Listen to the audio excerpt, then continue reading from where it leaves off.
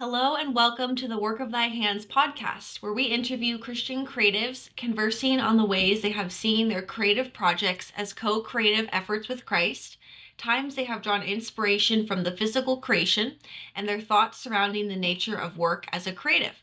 I'm your host, Allison Ramirez, and today it's a joy to be welcoming our next guest to the podcast, Gabriella Batel. Gabriella is a vibrant young Catholic woman, adrenaline craving with a passion for God, family, acting, movies, fan art, YA, and good food. She's the author of the highly praised Don't YA thriller series, the upcoming dark fantasy mystery Ending, the first in the Element Cycle duology, and the prize winning post apocalyptic fantasy story Anti-Venom. She's also the fiery audio narrator of Mary Rose Krieger's award-winning story, Fiona's Choice. Welcome, Gabriella. Hi, Allison. Thank you for having me. Yeah, so glad that you could join me today. So tell me a little bit about how you got into writing and all your interests in these different creative outlets. Yeah, so it's a funny story. So, a long time ago, I hated writing with a fiery passion. I mean, that was a punishment for me. I was like, "Oh my goodness, you want me to go write a sentence for school? This is unacceptable. I could answer this in a word." I hated writing. And then I don't know how it happened besides, God. But I one day was just kind of struggling with some stuff internally and working it out with school too. And I was talking to my mom about it. And she was saying that maybe it would be a good idea, kind of cathartic, work it out, in my mind if I were to tell it in a story. And let me clarify too. I have always loved storytelling. So in my head since I was little, my mom and I would do this thing called a round robin where I would tell part of a story and then stop, and then she would pick up where I left off, and then I would pick up where she left off, back and forth. And I was always writing fan fictions in my head and stories like that. So I always loved storytelling, and I've been a drama queen since I was little, so acting was just always up there. I just hated the writing bit. And so then when I was finally struggling with this thing and my mom gave me that push where it was like, okay, well, maybe if you write it down, it will help you figure it out. Then she also mentioned the idea of it being published one day. And I was like, okay, well, there's a little bit of an incentive to actually start writing. And so I did. I started writing and I was not good at all. But I decided to keep going. I tried, I learned some things, I grew and I read more books, and slowly but surely, I actually fell in love with writing, and that's pretty much how it started. And then after that, you know, books for me, writing is a really accessible way for me to be able to share the stories that I have in my head because one, I do really love the written word. I think it can be so evocative and so gripping in a way that, of course, movies can do that too, and so can music, and so can art. But I just kind of click with that. I click with the written word.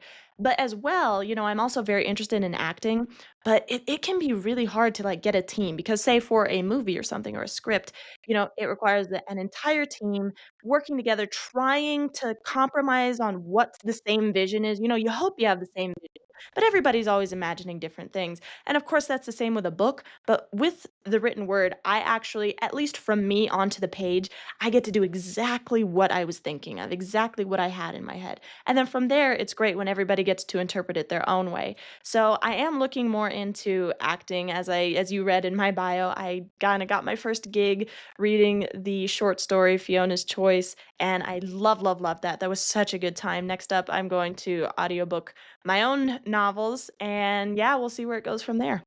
Wow, that's great. That is a little bit unique in the sense, like you said, you didn't always love writing. It's something that developed over time. So would you Exactly. say, were you in school at the time, or had you already graduated high school by the time you really started getting serious about writing? Or how long have you been actually writing and producing books for? Yeah, so I started actually writing when I was about 13. That was when the novel started. And at the time it was this atrocious, heinous little 50-page thing that was just not very I was beginning. It was imagine the worst image of a first draft you can possibly have. That's where I Mhm. was at that point. But you got to Okay. start somewhere. Right. But that was when I actually started writing. And then as I kept going 13, 14, 15 and into my young adulthood and college, that was when it really started to develop into me being finding my style and learning the craft as a writer. And honestly, I would say it was probably right around that age 13 where I stopped hating writing because I never really liked it Possibly, I don't know if this was the only thing. Possibly because all of the writing I had done up to that point was purely academic nonfiction writing, which to me is not quite as fun. Um, could even be kind of time consuming. But when it was 13 and I had the outlet for it to just be a whole lot more fun, that's kind of what cracked open the shell and really allowed it to flourish, allowed me to enjoy it, to have fun with it. Yep, that totally makes sense. Cause yeah, in school when you're writing academically, it can be a lot more challenging to, like, do the research, and plan everything out, and you can just be have so much more freedom with fiction. Exactly. Yeah. What's that joke about, it's a similar joke about reading where it's like you have to read 10 pages for school and you're like, "Ugh, I cannot do this." But Mhm. 500 pages of fiction, I'll do that in a night. Right? And then in terms of the books you have out now and your future books, are they self-published? Are they traditionally published? How did you kind of decide on, like, what sort of platform to really get your books out on?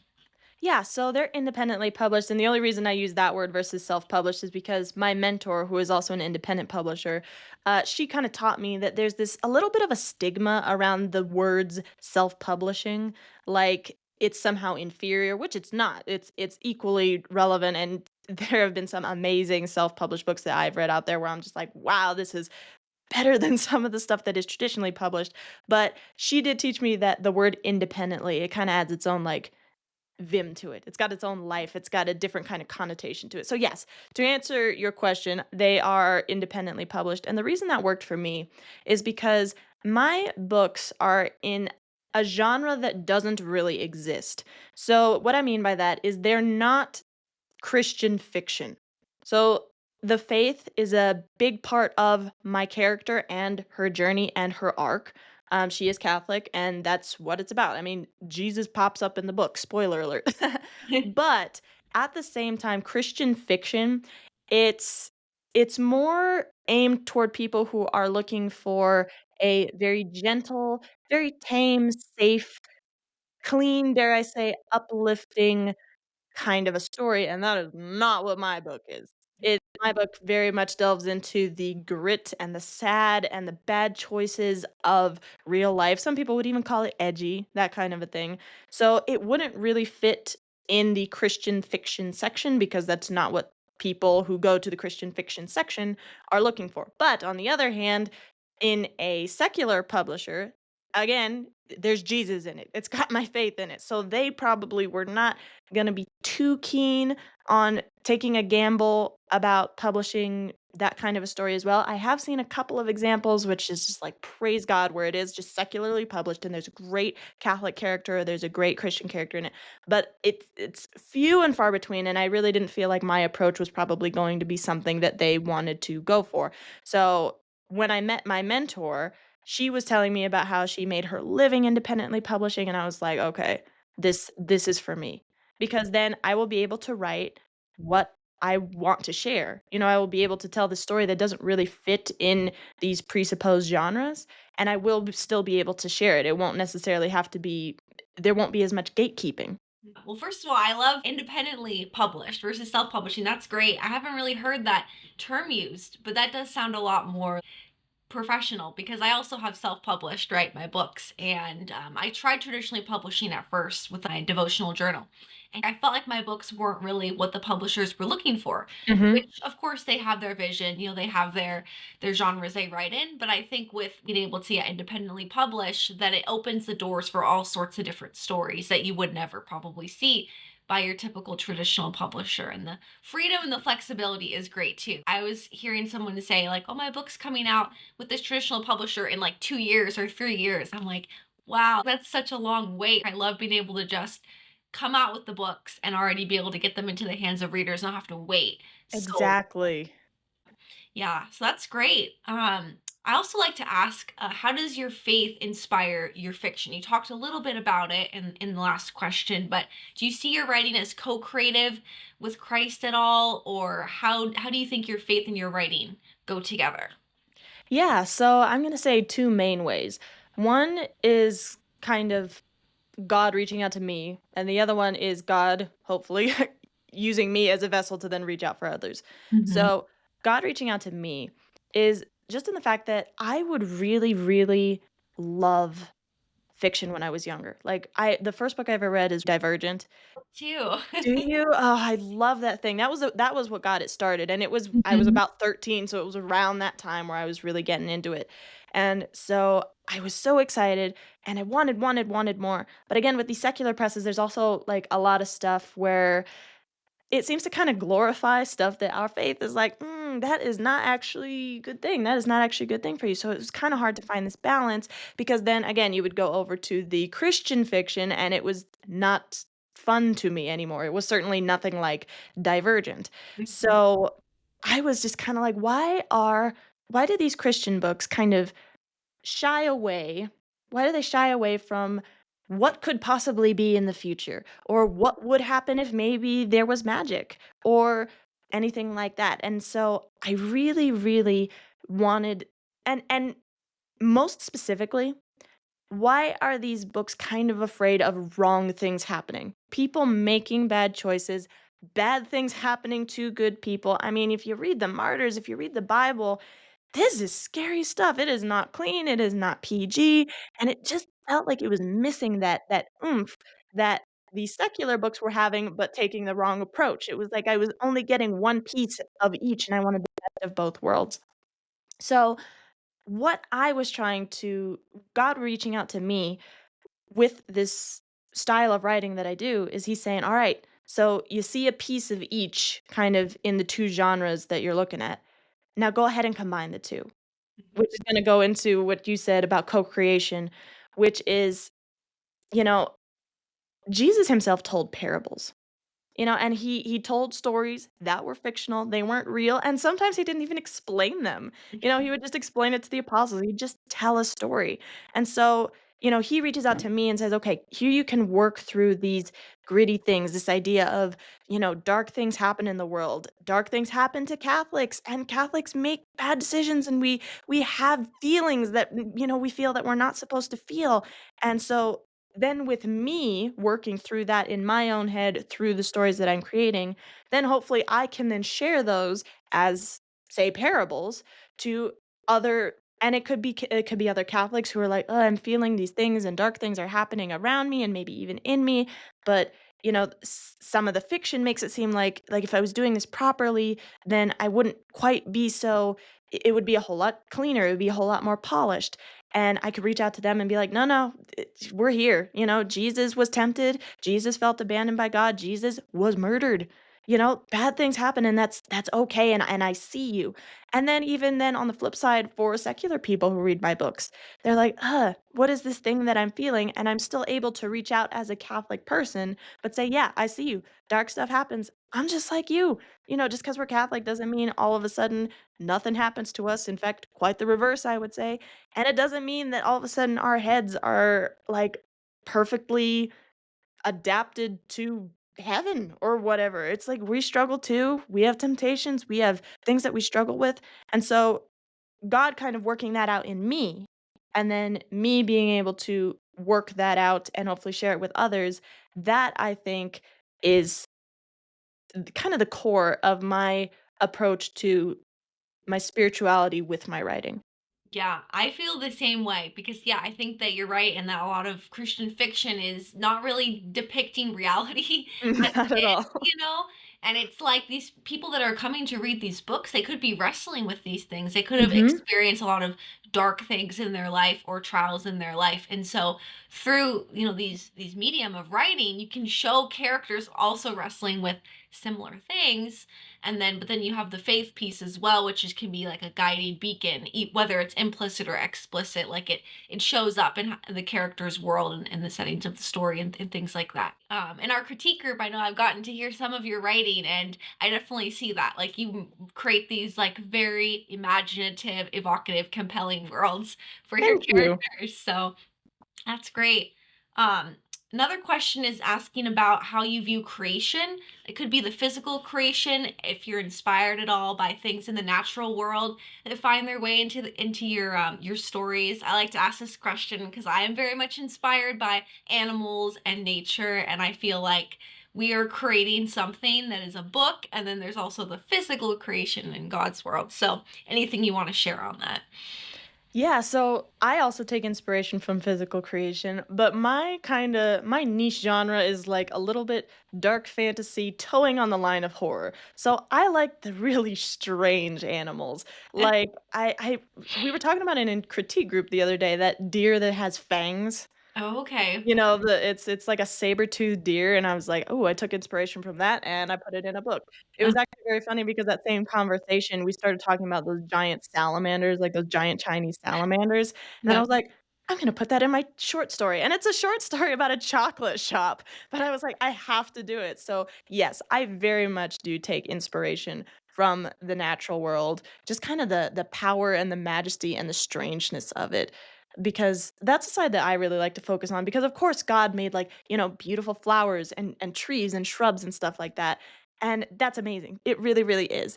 I just think that a lot of stories, and understandably so, really, really focus on that piece of it, like the beauty of the creation, the mountains and then the creeks. And I love that. And it's restful to my soul too, sometimes to just look out and be like, wow, the sky, the trees, that kind of a thing. But then also, because I'm a curious little thing and also a tad bit of a rebel, I'm kinda like, "Alright, so what are the little creepy things?" You know, when Genesis talks about the creeping things, what are those? What are the sea monsters? And so I like that kind of, that side of God's creation as well because it just shows just the massive creativity. Like, just imagine God's imagination, just to come up with, I don't know, a silverfish. This little bug that's, like, so gross, and it's got all these legs and antenna, or, a deer that has saber teeth. He in himself is so creative. He does these things that we would never even think of, and so that inspires me, like, "Alright, how can I use some of these things? How can I combine these things? How can I like really stretch my own imagination?" I think that goes to the co-creative piece, right? Because God's created, for example, a deer, and then in your writing, you have a deer 2.0, Exactly. or like imagining all these, yeah, different creatures that who knows, maybe something similar exists. I heard something that said there's still creatures that we're discovering, Oh, even yeah. in the It world was so today. funny. I was writing my book ending and, they have all kind of like made up flora and fauna and I was just making up names as I went. And I was like, and it's a dark fantasy mystery. So I was like, "Oh, something called a bloodwood tree sounds really cool." And I was so proud of myself because it sounded like really, really dark and edgy and interesting and bewitching. And then I Googled it and God beat me to the punch. There's actually a tree where the sap is like flowy and red, and when you cut it down, it looks like it's bleeding, and it's called a bloodwood tree. I kid you not. So I was like, "Ah, fine." Mhm. Yeah, I know I've been watching this show it's like interviews people that work at a zoo. I think it's in Australia. And there's some animals that they'll like profile. And I'm like, whoa, I've never even heard of this animal. Like they're like native to Australia. One like it had like these giant ears like a big mouse, but it had like a tail like an opossum. It looked so strange. And I was like, I can't believe Really? I've never heard of this before. So yeah, like that is neat to be able to yeah, I love the idea of imagining like unique animals and having them in the stories. Oh, yeah, those are some of my favorites. Well, one of my favorite questions I like to ask is how you balance your work as a creative. I know you mentioned you do the writing, you're independently published, you also do acting, it sounds like, and you mentioned audiobooks. So, what is your like typical work life look like? Like, is this kind of full time for you, the creative work, or do you have like a part or full time job like somewhere else, or how do you balance all that? Yeah, good question. So, honestly, I wish that I could say that I found this lovely routine that works every day, and I don't. So, honestly, it's like a soup, or a stew. You take a spoonful, and this bite, you might have a chunk of potato, and the next bite, it's a chunk of meat, and the next, maybe you have some both. So, it's just a matter of kind of letting God kinda throw the day at you. Like, yesterday, I was hoping to do a whole lot more writing, but I didn't quite get to it, but I did finish up the short story, and this morning, I was like, "Okay, this morning, I am gonna work on my book, and I'm gonna write, like, 3 to 6 pages," and I didn't quite get to 3 to 6 pages, but now I get to do this interview, and honestly, for me, that works really, really well because I have a brain that does not do well doing the same thing constantly, even if it's something that I love. I need different stuff, even different stuff to focus on only the one thing for the day and then move on to something else. So to answer your question, I do have a different job. So I am a publishing professional. I actually work very closely with legend fiction. I don't know if have you mentioned legend fiction on this podcast before? I think I've interviewed a few people that are on there. I don't know if they specifically mentioned it, but Legend Fiction's a great group. So yeah. Writing group, and I'm the publishing professional there. And so I do, and I also work with people at the Catholic Writers Guild. So I Mhm. do editing, I do book formatting. In fact, I'm working on a journal right now. I do audiobooking. So because I am a publishing professional, that I really am freelance. So I do work closely Mhm. with legend fiction, and we got some projects going on with the leader there, Dominic. But I also do, again, the freelance stuff. So I might do an audiobook here. I might do a formatting thing here. I might pick up an editing job there. And so, God really knows what he's doing because honestly, that is the best workflow for me to not have only the one thing all the time. So some days I spend all day writing, some days I focus on my marketing, some days I focus on actually the projects of editing or audiobooking or making connections and networking or stuff like that. And I don't know if that would work for everyone, but I kind of feel like it's not the worst model for anyone because our brains, all these the ways that the synapses, they shoot to each other and you make these connections and that creativity flows that way. You can't get that by doing one thing constantly all the time. Like even writers who their whole full-time job as authors is just to write, they have to get up and go for a run and, daydream that way, or they write up on a chalkboard because that gets their body involved. So I think, so to answer your question, yes, I do have more than one job. So it's not just full-time authoring, though that is the dream one day. But again, even with that, I still would wind up networking with people. I still would wind up doing my YouTube channel, which is another thing that I love. Um, because it really allows me to do each of them really well because the creativity keeps flowing. Yeah, as I'm listening to you talk, I feel like you're describing my situation as well. Because when I was younger, I was thinking about my career and I was like, I don't want to just do, A or just do B. Like I have so many different interests and it Exactly. can be hard to balance, as I'm sure you've seen sometimes. Like Oh, you yeah. want to be like stressful and like, oh my gosh, so many moving pieces. But yeah, I Yes. also get very, yeah, bored or just like restless when I'm only doing one thing. Like I burn out and then nothing happens. mhm, exactly, yep. Yeah, because I have my books, like, I've self or independently published 3, and then I have 2 more that I'm hoping will be out this year, Oh, and I yay. also do editing as well, so I have a few projects going on there, and then I had a YouTube channel, I haven't posted overly recently, but I have that, and I do, like, Substack e-newsletter things and writing coaching for people that are, like, in, like, writing centers and stuff like Mhm. that.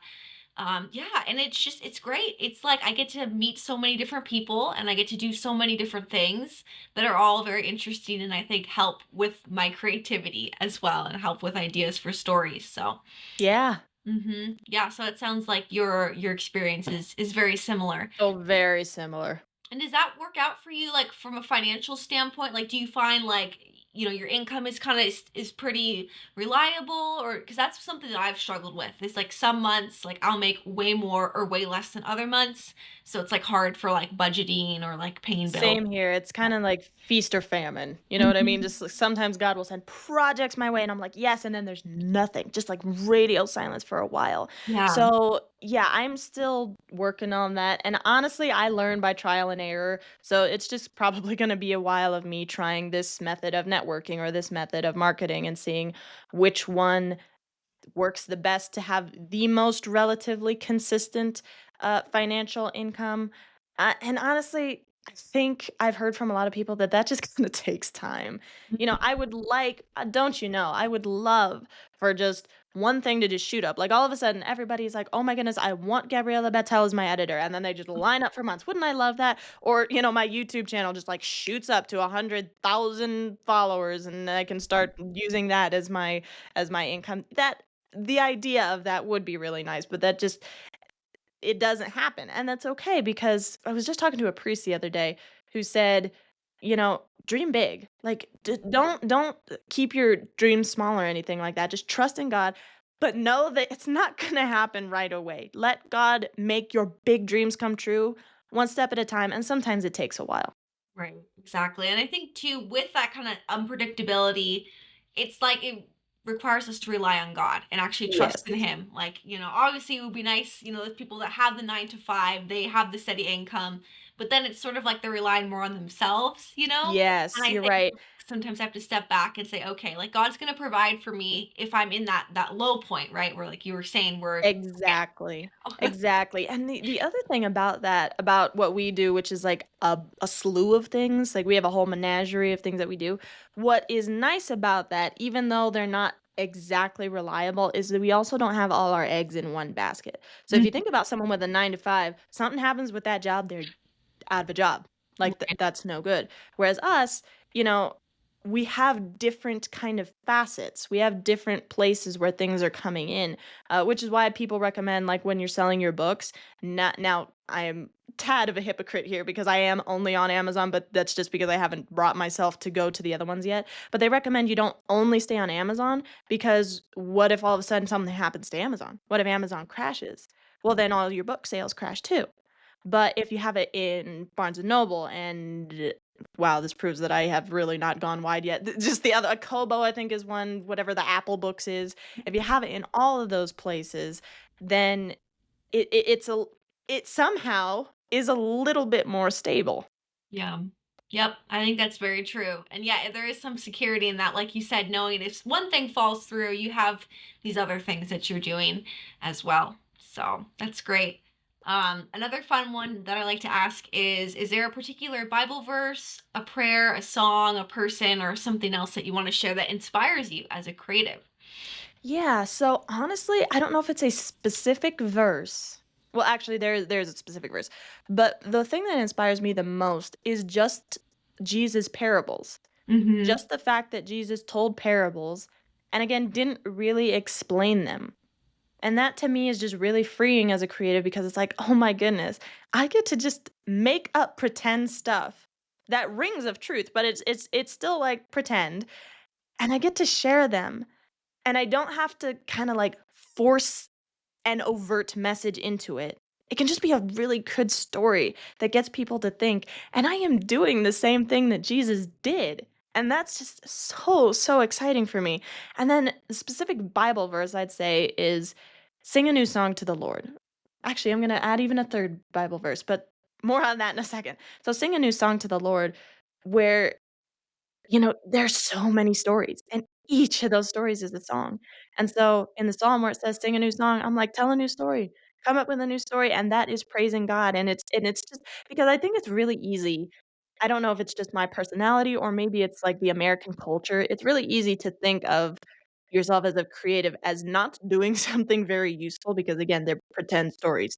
Who kind of cares? And it's like, well, a lot of people actually care, and God cares. It is actually praising God. And even from a Catholic standpoint, you could be like it could be easy to fall into the trap of thinking, "Oh, well, I'm not serving the poor or I'm not, evangelizing again overtly or I'm not working at my church." And just to have that freedom of you're still praising God. You're still singing a new song to the Lord. That is really encouraging. And then finally the last verse is where Saint and I'm sorry, I don't have this memorized word for word, but where Saint Paul talks about dwell on the things that are true, good, and beautiful. Now, you have to approach that verse through the lens of true, good, and beautiful. God himself still exists in the mess because otherwise, if you take that verse in isolation and run with it, then you could wind up with like super clean, careful, polished, not necessarily relatable fiction. But if you look at just kind of the grit and the hot mess of the world, and you're like, okay, now let's focus on the true, good, and beautiful. Let's focus on people becoming victorious over these awful situations, of them finding God in the sorrow, of them healing, even though it's a really rough path. That is kind of my guideline for how I tell my stories. I love that. Those are all really good. Words Thank as you. well. So, lastly, is there any advice that you'd like to offer to writers, creatives in general?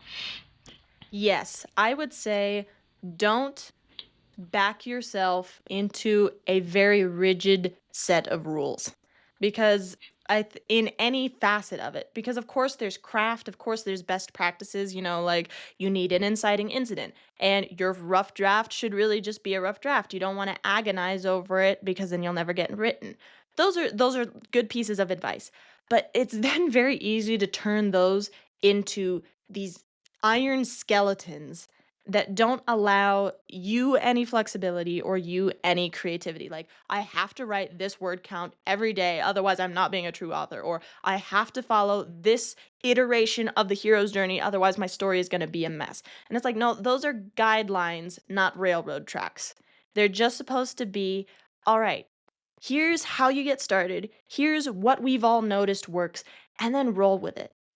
So like if your goal is to write 1,000 words a day, that's fantastic. Go for it. But if something happens where there's a day you just cannot for the life of you get those 1,000 words out, let it go. It's okay. It's okay because that's what God has for you for the day. And because if you try and hammer yourself into this box, then you're going to start to hate it and you're going to burn out and you're not allowing yourself to be creative and you're not going to be open to like these things that you maybe never would have thought of because you're just trying to follow this thing so rigidly. So, yeah, I would say largely just let yourself go. Let yourself have some fun. Let it be a relaxing, very invigorating, exhilarating thing. And of course, again, there's going to be challenging moments. It's like climbing a mountain. Of course, you're going to be out of breath. It's going to hurt a little bit at times, but it's going to be a slog if you don't look around and see the view and see how high you've come. So that's my favorite advice to give to creatives because I know what it's like to burn out and I've kind of fixed it. If I feel myself starting to burn out, I just let go. I Mhm. let go of this rigid hold I have Yep. and it works.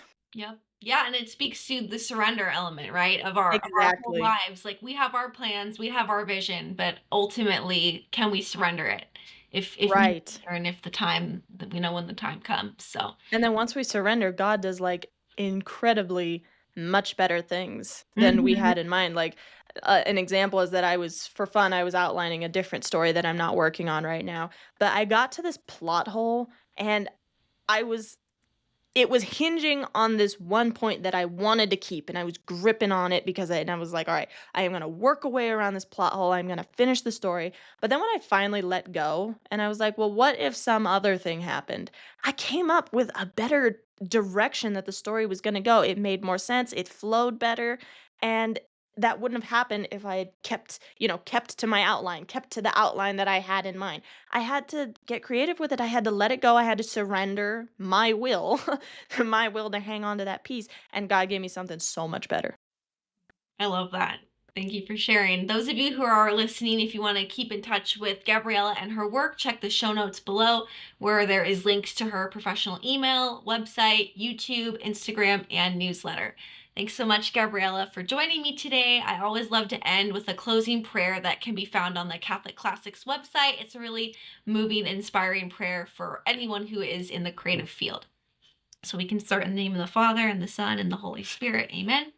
Creator of the universe, how infinite and astonishing are your worlds, O divine imagination. You created a creator when you imagined me into existence. Breathe breath into so much dust. Let me lament for forgetting daily to rise up out of the clay. Free me from the deceit of the mundane and from the lure of comfort, which dulls all my given edges.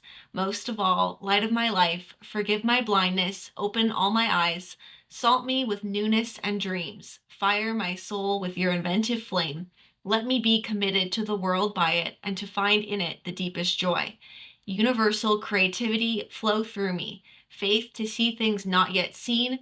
Hope to overflow broken cisterns and love to free me forever. Flow, O river, from the holy temple, through my mind to my hand. Infuse my work with spirit to feed hungry souls.